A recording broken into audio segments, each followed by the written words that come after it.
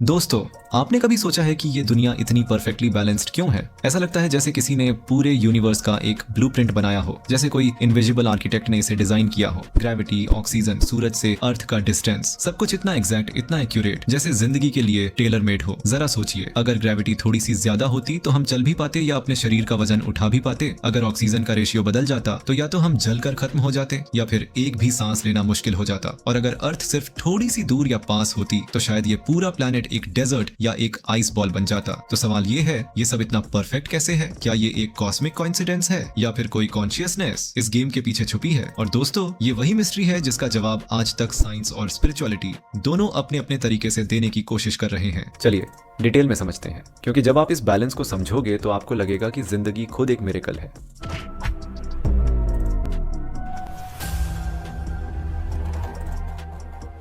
चलिए सबसे पहले बात करते हैं ग्रेविटी की। हमारी अर्थ का ग्रेविटेशनल पुल है 9.8 मीटर प्रति सेकंड वर्ग। अब इमेजिन कीजिए, अगर कल सुबह आप उठते ही ग्रेविटी डबल हो जाती तो क्या होता? एरोज हवा में 2 कदम भी नहीं जा पाते, हम खुद अपने पैरों से 1 कदम भी आगे नहीं बढ़ पाते, बिल्डिंग्स कोलैप्स कर जाती और शायद धरती के ऊपर जिंदगी सर्वाइव ही नहीं करती। और अगर ग्रेविटी हाफ हो जाती तो हर एक स्टेप ट्रैम्पोलिन जैसा लगता, पानी हवा में तैरता, ओशन उड़ जाते और शायद धरती एक फ्लोटिंग क्योस बन जाती। सोचिए दोस्तों, सिर्फ एक इक्वेशन बदलने से पूरा एग्जिस्टेंस खत्म हो जाता। अब ऑक्सीजन पे अर्थ के एटमॉस्फेयर में लगभग 21% ऑक्सीजन है और ये एकदम परफेक्ट बैलेंस है। सोचिए, अगर ये 30% होता तो हर एक जंगल की आग हिरोशिमा नागासाकी के एटॉमिक ब्लास्ट जैसी लगती। एक छोटी सी स्पार्क और पूरा जंगल सेकंड्स में खाक, फायर फाइटिंग, सर्वाइवल सब इम्पॉसिबल हो जाता। और अगर ऑक्सीजन सिर्फ 10% होता तो हम एक भी नॉर्मल सांस ना ले पाते। सोचो, एक छोटा सा मैचस्टिक जलाना भी इम्पॉसिबल होता, आग बुझ जाती, इंसान कोलैप्स कर जाते और शायद लाइफ का एग्जिस्ट करना ही मुश्किल हो जाता। और ये सिर्फ ह्यूमन की बात नहीं है, प्लांट्स जो कार्बन डाइऑक्साइड लेते हैं और ऑक्सीजन देते हैं, उनका साइकिल टूट जाता। एनिमल्स, इंसेक्ट्स सब इसी परफेक्ट रेशियो पर सरवाइव करते हैं। मतलब एक मॉलिक्यूल की एक छोटी सी क्वांटिटी और उसके बेसिस पर डिसाइड होता है कि बायोस्फीयर चलेगा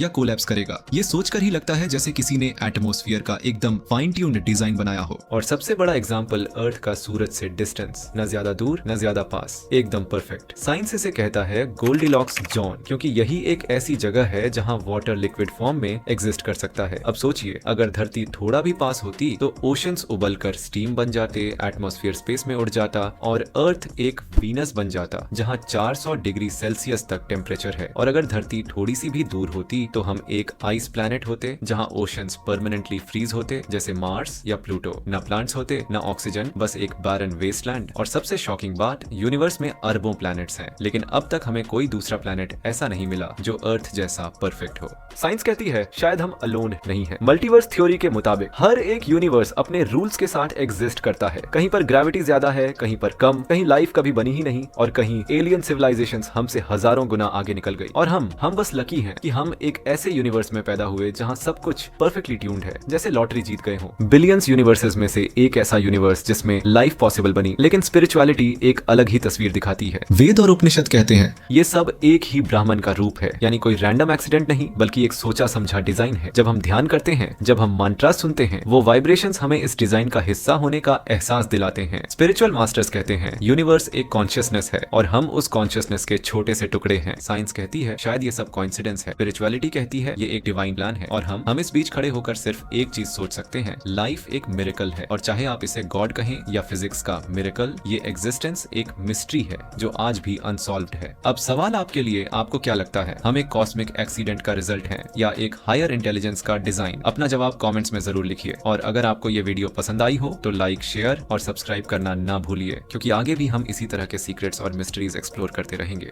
सबसे बड़ा सवाल, क्या गॉड सच में मौजूद है या ये सिर्फ एक मिथ है?